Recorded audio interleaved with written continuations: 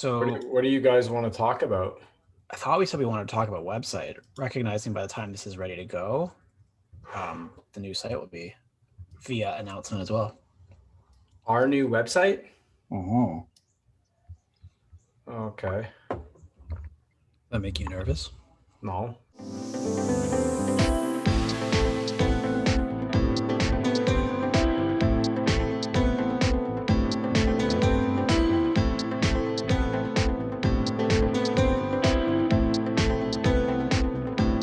Wing It Podcast, goosedigital.com, episode 62. Who do we have?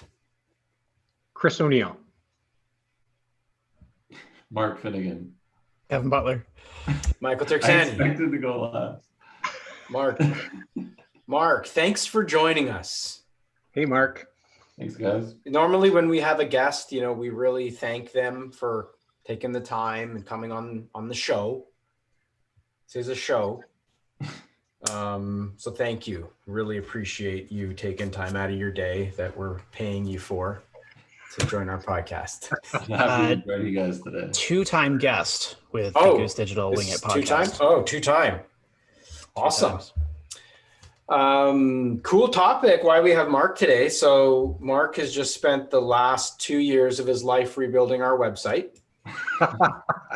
Yay. No, not 2 years, but whatever it took, we're going to talk about it. But yes, we have the new goosedigital.com. A while back, can't remember what episode now, but a few episodes back, we talked about making sure your automation strategy was aligned with your website project. So we thought, while we were in the middle of our brand new website, so we thought we'd talk a little bit about that and first of all, go through why we did it.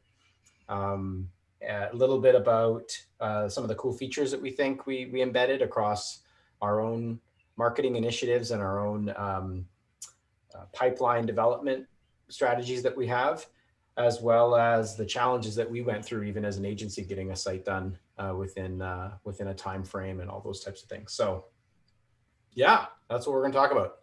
All right. So why don't we start with the why? Why did we do this? Maybe I want to start. I just want to jump in because it was like, why would we I was feeling like we're doing okay, right? Yeah. We had people landing there. Mm-hmm. I was not afraid to send people there. It was working, like everything to me was working the way that it needed to. And of course, we get a look at some pretty crazy websites out there that haven't been touched in a long time. Yeah. And I was like very pleasantly kind of like happy to send people to our site.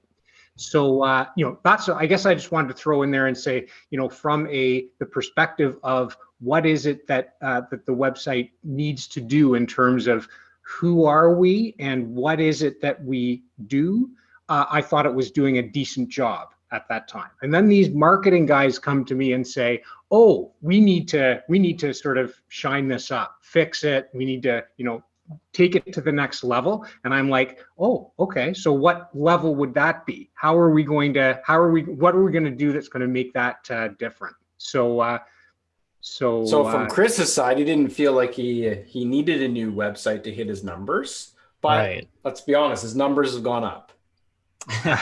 Marketing attribution is alive and well. But I think, Chris, what you don't know, I think the question is actually why now. And I say why now because annually, marketing, including Mark, myself, and Mike, we sit down and actively plan a sitemap for a website we never launched. Dating back to late 2016 when we launched the old Goose Digital, and we got about 4 years out of it. About a month into it, I had already created a new sitemap for 2017. And then we never really executed on that. So this has been sort of a long time coming, even though we moved pretty quickly through our process. But the more serious answer as to why is because we felt that over Goose's evolution over the last, call it 4 or 5 years, the old site didn't properly reflect where we're going from a solution set and what we're offering our customers, which is now really about a more holistic marketing performance rather than just a focus on marketing automation. To be clear, marketing automation is still very much a pillar and a very critical one at that of our overall solutions. However, I think there's more to marketing in 2021 than just marketing automation. And we have to be cognizant of that as it relates to how to drive leads, how to engage audiences, and ultimately how to move revenue for organizations. Yeah, I agree, Kevin. Yeah, I definitely don't think our previous website like hindered us by any means, but our new website is definitely great and kind of making it a lot clearer in terms of like the industries we serve, what our key offerings are, and as well the key products that we offer. Having those kind of dedicated product pages that we didn't have in the past, I think is something that's been a huge kind of addition to our website. But let's be honest, we elevated Mark's role at the beginning of the year, and the first thing he said to us was, "We need a new website." Yeah. I was resigning if we didn't get this new site. So. Yeah. We needed a certain amount of MQLs. Well, I think there's some good points there. I mean, the point you brought up about the sitemap is interesting, because I think when we started the sitemap for this website, we were using that document that was sort of built on and multiple tabs, For kind of each once a year or so of rethinking and rethinking.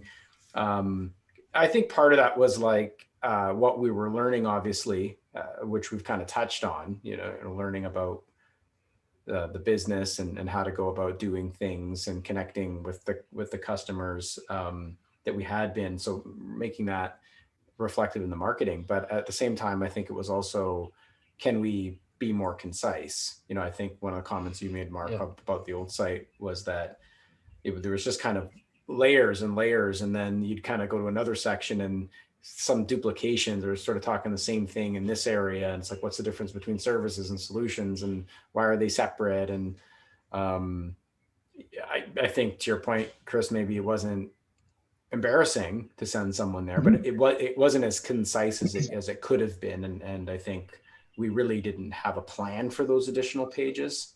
So the site ended up being kind of a beast. And something I think about a lot, sorry, Chris, something I think about a lot is, like a lot of B2B organizations, we only get to engage with our leads at a certain point in the sales cycle. And as every organization's seeing, a lot of the time, by the time you talk to your prospects, they've already done all kinds of research on their idea of what the solution required is on your business. And so I think from that perspective, the ability we didn't have, or the ability we lacked in talking about our core expertise in industries, or maybe even on certain marketing automation platforms, or even some of these evolving platforms we'll talk about, it's not that it hindered us, but it didn't help advance the perception or the one-sided conversation prior to a lead engaging with us. And that could potentially have had negative consequences or implications on quantity of lead gen, quality of leads, and engagement. So I think from that perspective, it's really about accelerating marketing's impact more than anything else. Yeah, I absolutely agree on that. I think we also have a much better grasp on what like the needs are of our audience today. And I think our website now kind of reflects that. It's definitely simplified kind of our kind of business model to really meet what we believe are kind of the key kind of needs today around kind of marketing automation and digital marketing in general.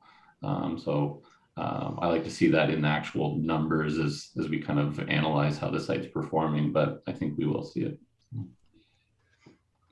So much has changed too since like 2017. Like I kind of think of what has happened in terms of the amount of education that a client is looking for when they arrive. So when they arrive, like even in 2016 or before, and we certainly have seen sites that were put up prior to 2015, and it really was like basically a place for someone just to land and then ask for help.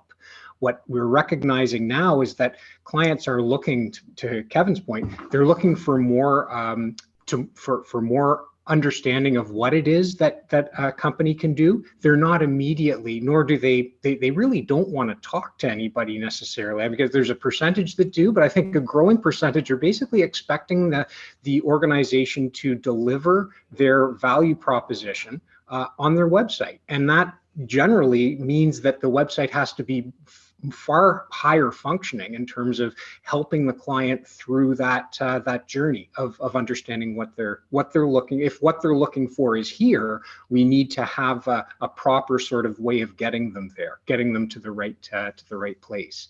And so I think that even since 2016, 2017, that has changed. There's a higher expectation by the visitor of what they're going to experience when they get there. Yeah, I guess it's hard to, really put a pin in what the inflection point would be for, let's say, for our audience listening. We've had 2 years under our belt of our current website that was recently redone. It's almost like, does your site allow you to tell the most current version of your value proposition and expand it along the way within that current version, right? And I think that's where we were really struggling, is the current version of our value proposition wasn't well articulated on the old site, and thus we couldn't expand the stories that we have every 6 months, engaging new clients, learning new things, the industries that we work within. We couldn't really expand within that framework. But there, you might, and so I think there's sort of two things there on this brand new website. We're updating it already. We're already updating it in terms of content, right? And we're thinking about better ways to have the pages represented in social. But at the end of the next quarter, or maybe it's a month after that, I'm sure we're going to start to evaluate, okay, the customer stories that we have, the site is actually built to have case studies layered in. Those aren't really all there yet. And of course, you'd probably want to adjust those every so often with the ones that are more relevant.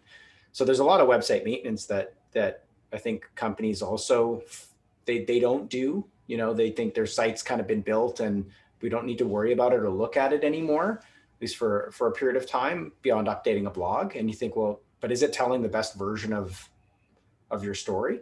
Yeah, I look at it like we've restarted the cycle, if you will, right? Like similar to a band releases a new album and now you've got to go and promote that regardless of how you promoted the last album. It's similar here, right? We have a new version of the story we'd like to tell.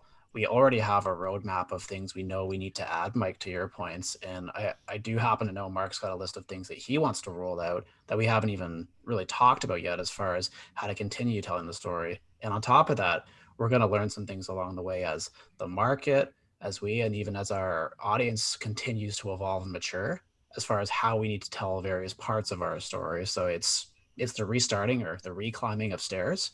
And that evolution is going to last us probably 2 or 3 more years before we launch a new website and film another podcast about it. Right. Yeah, I think the point you raised earlier, Chris, about the look and feel. We use a web development partner. Shout out to Parachute Web Design. That's Jay Eckert's company, and they tend to, I would say, build, at least if you're willing to go there, fairly modern looking front or future proof, if you want to maybe say that. Like our last site, I don't think somebody would say, wow, this looks like a site from late 2016, early 2017. I think it held up pretty good in terms of the design. I totally agree. Yep. And then I think this new site has some animation and some other kind of latest tech in it that I think will take us, the distance. So it really does come down to the way in which you can tell your story and is it aligned to your value prop messaging. So that was why we did it. I think we wanted to do this both like earlier than this. Obviously we've been thinking about sitemaps for a while. And we're a growing agency. So like you said, Chris, there wasn't nobody was sitting back being like, the pipeline's not full. We desperately need to get a website done. But I think for the first time, we all can feel like the site is the best representation of what we've got right now. Like I'm very happy with it. And I know you guys are too. So who knows? I think if something radically changes in our business or on the web in a year or two, maybe we're back to the drawing board. But for the most part, I think we've got a really good stab. And I know that's hard for a lot of organizations because how they think of their business and turning it into a sitemap that really does represent and in the best possible way isn't easy. There's a bit of an art and a science, which is why we wrote that sitemap so many times. Because when we were doing it, we're like, should we do this many pages, that many pages? Is it solutions? Is it services? Is it platforms? Is it, what is it, right? Can't That imagine if you're not an exercise. agency, like how do you even go through that process, right? Sure. I think the exercise of creating sitemaps and like our way of doing it is in a Google Sheet or an Excel doc, and just each column represents a section in your website. And so Yeah. the exercise, it doesn't have to be painful. It can be really quick, but it helps you quickly break down the sections of your business that are meaningful for your audience. What do you think you would need to communicate part of that story? Um, and at times a challenge for us to say this is critical versus not. We could ditch this concept, or we don't need that one, or Mm-hmm. so it is an interesting exercise nonetheless. Yeah, for sure. All right, let's talk about what about some features? What's some cool features we have on the website? Who wants to take a run at some I features? would love to hear you break down dark mode, because that was a big heavily discussed decision early on in the process. Okay, I could talk a bit about that, and then maybe I'll turn it over to Mark to lay out some interesting features from his perspective. Well, the site's darker than most sites. It started off a lot darker. It was Hmm. going to be much darker, and I think it's probably a personal taste thing in terms of how the site handles the gradient. We're using a color gradient system that maps back to our logo. So depending on where you are in the site, um, and where you are on the page, it's sort of taking bigger portions of the various colors that are in our tail. But it did start dark, and I thought, when I looked at it, it was just stood out. I think was the biggest thing, and I think that was sort of the feedback that we got from most people that we sent it to was, oh, this is actually kind of stands out, and I guess that was the goal. Could we have a prospect or a customer remember our presence based on visiting us and seeing a bunch of other sites that might be a little bit more your standard white Yeah, background type.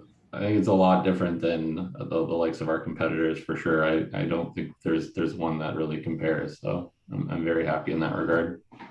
Yeah, color gradients really add a level of personality you don't quite get on sites, especially we tend to naturally play in either financial institution type websites or even on the B2B more tech side. And they're very, very standard sort of gray and white palettes throughout. So it took me a while to come around to dark mode, but after seeing what we have now, it certainly feels differentiated over the traditional white and maybe one splash of a nice green or a nice blue.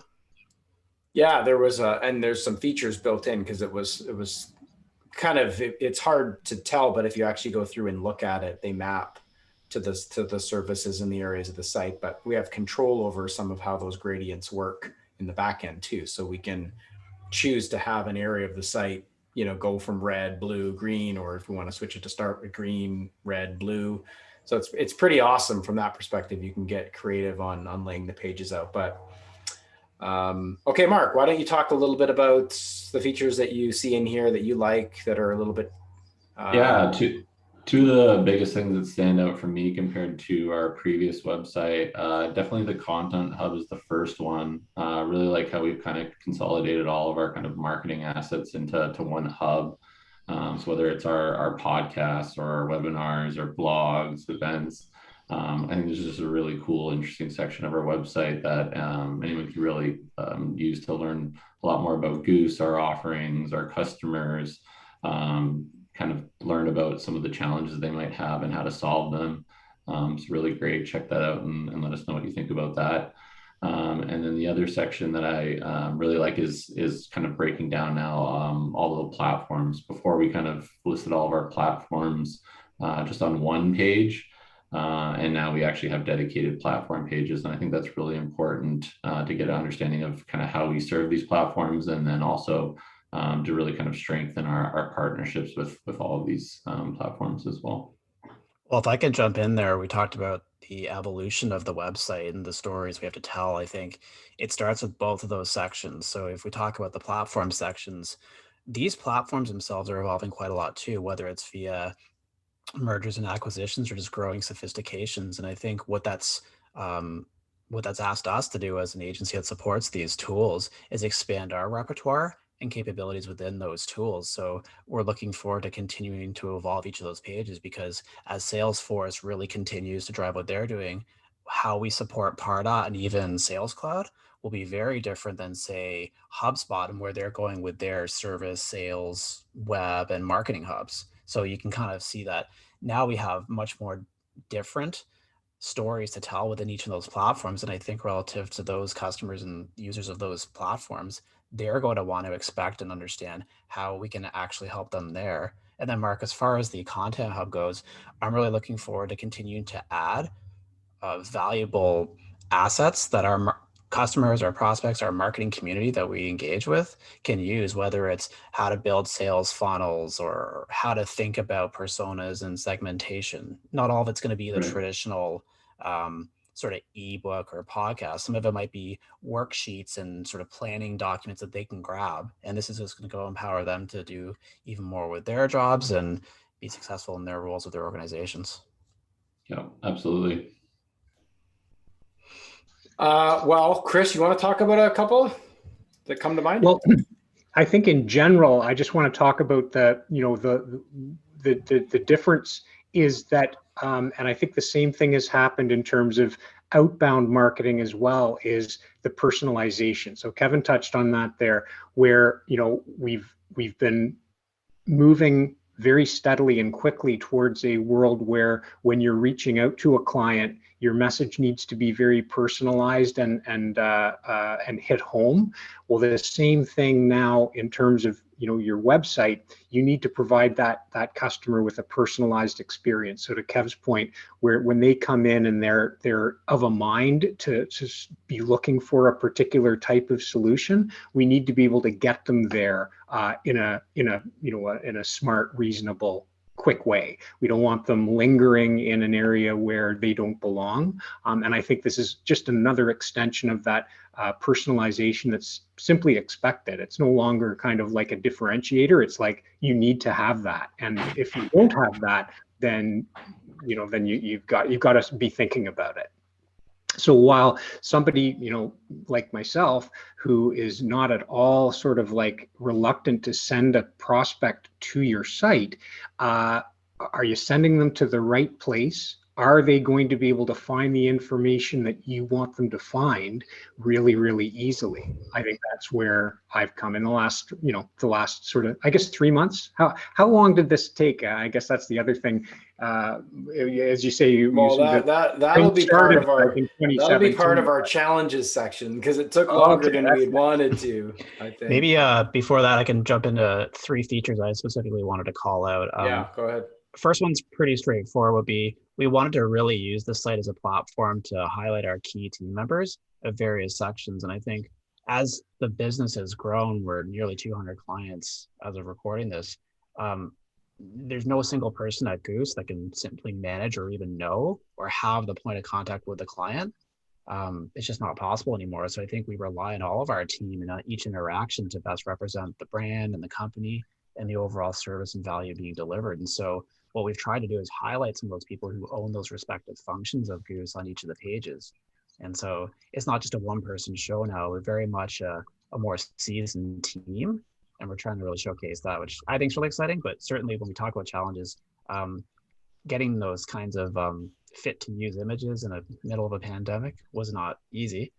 Thank you to our own team for helping make some of us look nicer than we probably do.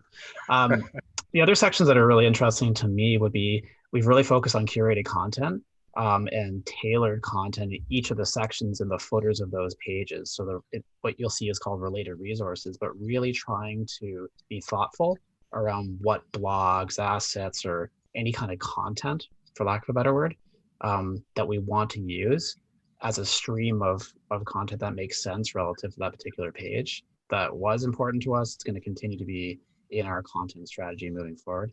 And the final one would be trying to eat our own dog food with respect to funnel marketing and trying to use various portions of the site to identify more higher intent marketing leads and calls to action within our own funnel, so we can better interpret where the prospect's needs are and then ultimately how to get them into sales when they meet said criteria. Awesome. Well, you guys hit most of them. The other kind of little fun ones, there is a lot of animation that's built into the site, which is, you don't see that. I haven't seen it very often, the sort of subtle animations behind graphics. I know the one that marks on one of the pages, and there's like a little graph line that's sort of like hovering up and down near his shoulder. That's kind of it's not really a specific marketing feature, as it is just more of a style that was used. But I thought that was kind of an interesting thing to explore, as well as we have these goose feet that kind of come in as you're scrolling down the page, which has sort of help guide the user down deeper into the page, further down the page. Yeah, those are a lot of really good. I think those are good features. The other thing we tried to do, I think, was worth calling out just from a lead gen perspective, is we tried to funnel everybody back to the main call to action. So, there was this sort of pop up that engages an interested party, and it asks them a few questions and gathers their information if they're interested. And in the past, we've kind of had a few different ways to get to a form like that, either on the contact page, it would send you to the contact page, or one that would be kind of present. And I think what we did here is we said, this form is actually the best representation of how to engage us. So unless you go to the contact us page as a user, everywhere else that we're asking for either a quote, or if you want more information or you want to book a meeting, it's essentially bringing that exact same form up. And so far, I think it's helped. It's only 2 weeks in to really have our numbers, but I think that was another really big move, because you're keeping the user where they are in context to their experience, and not sending them all over the place to do an opt-in. And it's less management for us on the back end, right, Mark? I mean, we're not managing all these entry points, which are essentially the exact same thing. Yeah, exactly. I think the great thing is that we'll obviously be able to measure this all against our old website too, in terms of form submissions and stuff, and how that compares. So as you said, we're only 2 weeks in, so it's very early in, but I'm kind of eager to kind of see what it is in like a quarterly or half year, or even a year from now, how it compares to our previous site. All right, so let's get to some challenges. When did we kick this off, Kev? Do you remember, Mark, Kev? Geez, a while ago. I don't know. Was it in November? I feel like it was around that time. I think it was like maybe November. It was last year. Yeah. And so the process, maybe talk a little bit about the process. So the process was, we had our sitemap.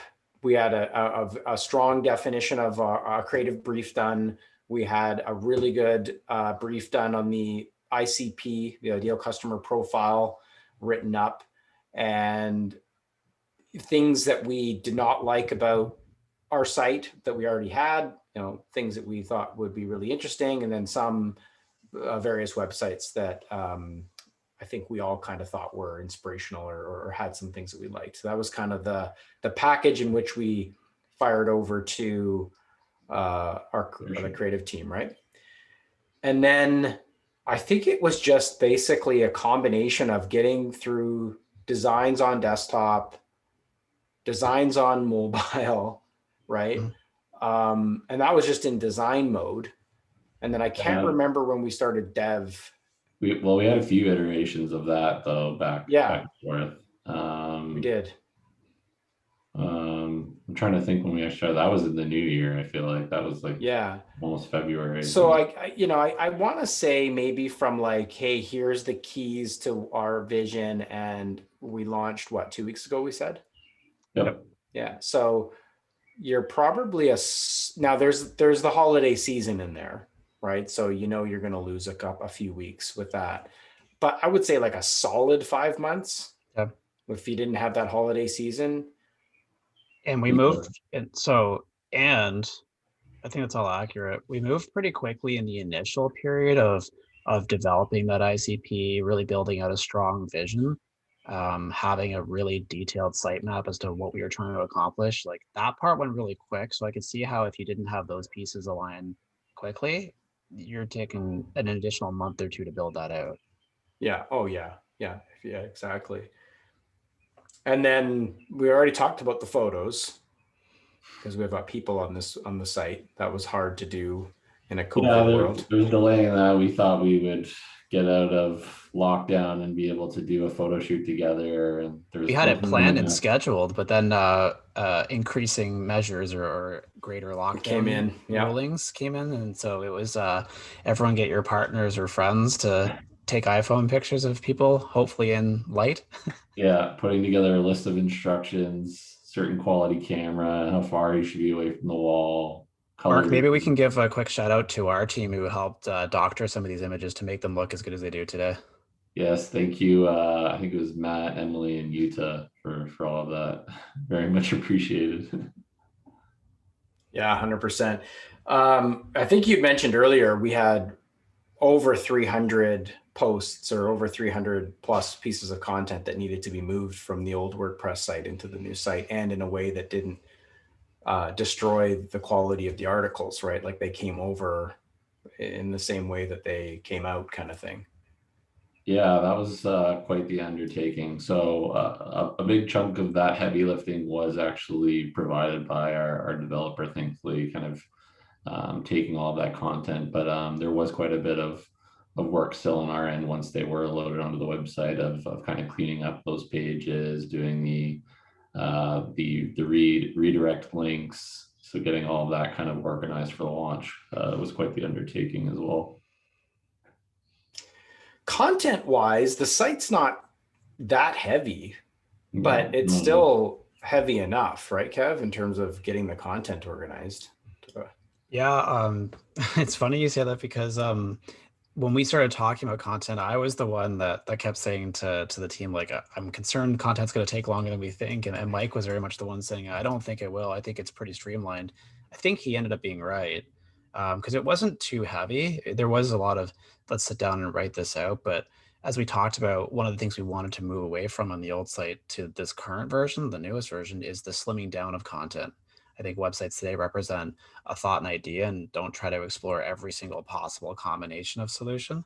That's really what like the sales conversation would be for. So it was more like, let's distill down key messages of key parts of the value props or purpose of each page and leave it there. And so from that perspective, yeah, I think it went pretty well. We divided and conquered pretty efficiently, I think. Yeah, I think that goes back to like what we've been exposed to over the last 4 years. Like we have a strong understanding of what the common challenges are, right? But it's and with Yeah. that we're able to kind of like manipulate our content around those kind of key challenges. Sure, we'll get the occasional one that maybe we haven't heard before, but for the most part, they're pretty similar regardless of what platform you're working with. But you look at and you think for, Chris, for a customer that we would sell to that maybe, has a marketing team, but they're, they have to go down this path. As an agency, we, to Mark's point, like we know this stuff, like we can anticipate the challenges that go into, even quality control. Oh, we added a logo and it seems really small. Oh, it's a development issue. Like the average customer really struggles with stuff like that. To really keep their website on track. And we've seen some companies that, their sites take well over a year to get going, right? To get over. Well, they do because, yeah, as you say, like they aren't exposed to those challenges regularly, whereas we're sort of involved with client sort of marketing efforts. If you just basically revisit your site, you sort of set it and forget it 5 years at a time, it's like that that sort of iterative process is going to take a ton of time. And so when somebody says, hey, your website, a mobile and capable website for today is going to be, it's probably going to be like 30K. It's going to be 30 to 40K is what you're actually looking at. And people are like, oh, like, how am I going to sort of see the return on that? Well, maybe in the fact that you're going to be able to keep clients on your website. Maybe that's one way, or maybe there's a, as Mark is looking to sort of compare what it is that happened on our website, previously and what it is that we're looking at. I think that'd be a great sort of revisit podcast, down the road to sort of talk about what that would be like. Because I think the actual effort required to conceive of, to go through the iterative process, to basically land where you want to land, it's a huge project, especially when you have that intention to tell a new message, to kind of like upgrade the message. And I think if you're the team, like in this case, we are very connected to that message in a sense, right? So we know exactly what we're looking for. I think I can see how, a director of marketing, VP of marketing in say like a mid-sized organization, been around for a while, we have to, really have to look at our website, really translating that from, well, we've got a sales organization, we've got maybe the ownership wants to weigh in to some degree, we've got a certain amount of customer service, like, our process was hard enough, but we're the ones that know exactly kind of what we want to see come out the other end. And then you say, well, I'm your VP of marketing and I'm here to, reboot our presence across the board. And it's like, wow, that's a whole nother can of worms that you need to do even before you, like you said, Kev, like all that upfront work to create the ICP and the creative brief and really dialing that in so that the designers can take that and build something off of it. I think we have some advantages too. I call them like unfair advantages. Like for one thing, we're very like our leadership and CEO are very pro marketing, which one, that helps. Two, everyone involved in the creation of the site is very much either serving customers or helping sell to customers and prospects. So very much understanding the kinds of conversations regularly. Sure. And then sort of the final sort of piece is like the main content writers here are kind of have a strong product marketing background, which helps. And on top of that, Mike, you and I each spent 10 years launching websites in the e-commerce space, which by comparison, and this site was a piece of cake compared to some of those really heavy, $500,000 e-commerce websites. So that I think a lot of organizations don't quite have the same type of experience. So to be able to move and roll quicker is hard. So Chris, when you talked about the investment to get a website standing in some cases, there is a component of time to value as well, right? And so and I think it's what Chris said was actually that it's the having a website that performs for you to some degree, right? And I think that that's kind of the little piece there is that people do go through your pages and do they actually make sense? What is it that you're saying on those pages? What's the flow? How are you positioning your organization? And I just think that that's very challenging. And that's how the 30 to 40K can really go up because because you're into a world where someone else has to step in and fill that gap, right? To the best that they possibly can fill that gap. So I think it is extremely challenging. There's a lot of great benefits that come with it if you can get that alignment. And that's partly, I agree. I think it'd be great to do another one of these, in a month or so and come back and say the KPIs that we saw after, our new website, just to sort of further that message to executives of how if it's done well. So Mark, hopefully this does its job. Yeah. Okay. Or that's what I'm otherwise saying too. This whole podcast breaks down. And otherwise we go back to that meeting where I said, I don't think we need a new website. Flip it back to the old website. The old website did better. All right. I think that really, what's that, Mark? So just trying to keep Chris busy here. Yeah. I think that wraps it up for today. I really do. I think so. Thank you to everyone for their help in launching this. We had some great partners in Parachute, our team, who we've mentioned on this podcast, and then everyone here on actually today talking about it. Everyone really pulled in to help support this. Looks great. Awesome. Thanks, everyone. Yeah. Bye. Peace.